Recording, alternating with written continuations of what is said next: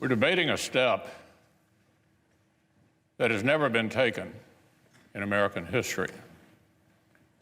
Whether Congress should overrule the voters and overturn a presidential election. I've served 36 years in the Senate. This will be the most important vote I've ever cast. President Trump claims the election was stolen.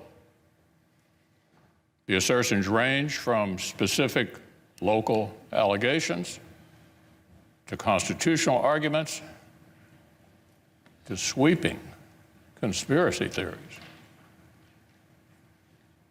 I supported the president's right to use the legal system. Dozens of lawsuits received hearings in courtrooms all across our country. But over and over,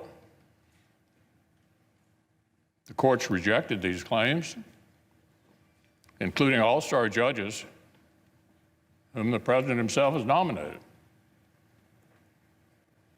Every election, we know, features some illegality and irregularity, and of course, that's unacceptable. I support strong state-led voting reforms. Last year's bizarre pandemic procedures must not become the new norm. But my colleagues, nothing before us proves illegality anywhere near the massive scale that would have tipped the entire election. Nor can public doubt alone justify a radical break when the doubt itself was incited without any evidence. The Constitution gives us here in Congress a limited role. We cannot simply declare ourselves a national board of elections on steroids.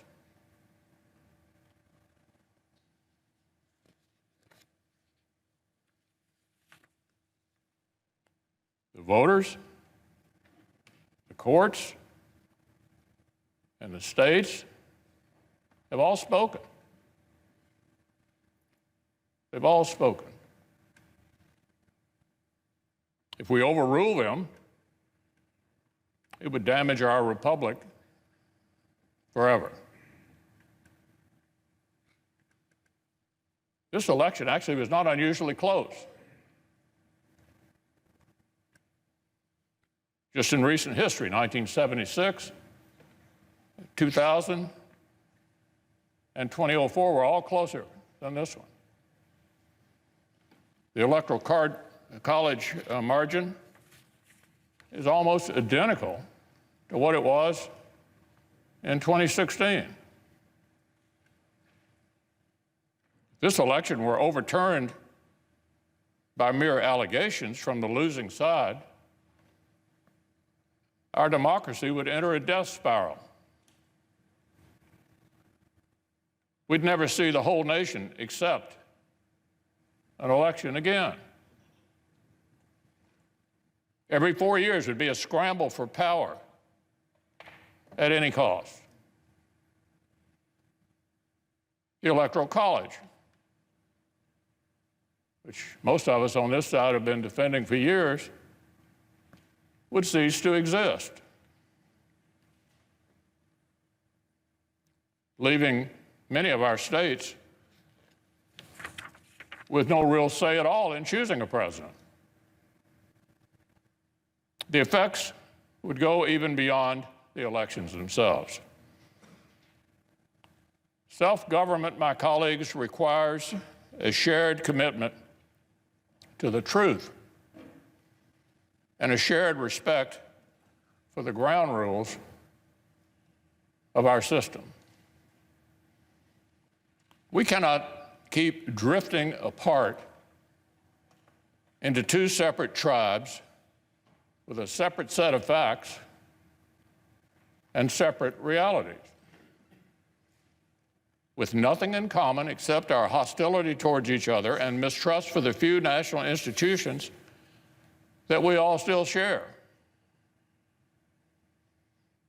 Every time in the last 30 years that Democrats have lost a presidential race, they've tried a challenge just like this. After 2000, after 2004, after 2016. After 2004, a senator joined and forced the same debate.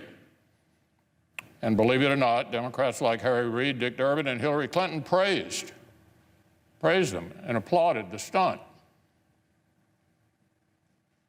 Republicans condemned those baseless efforts back then. And we just spent 4 years condemning Democrats' shameful attacks on the validity of President Trump's own election. So look, there can be no double standard.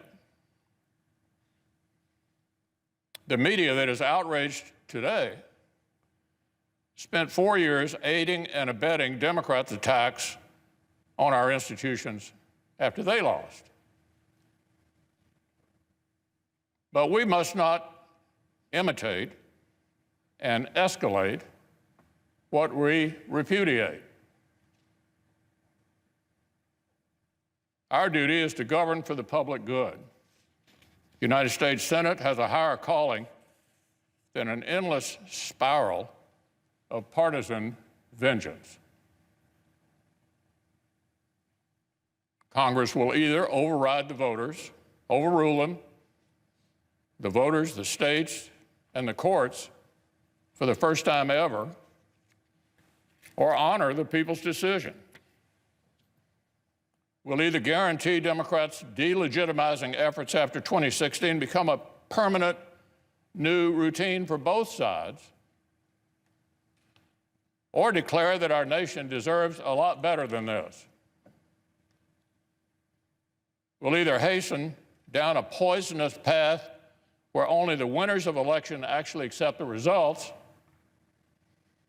or show we can still muster the patriotic courage that our forebears showed not only in victory but in defeat.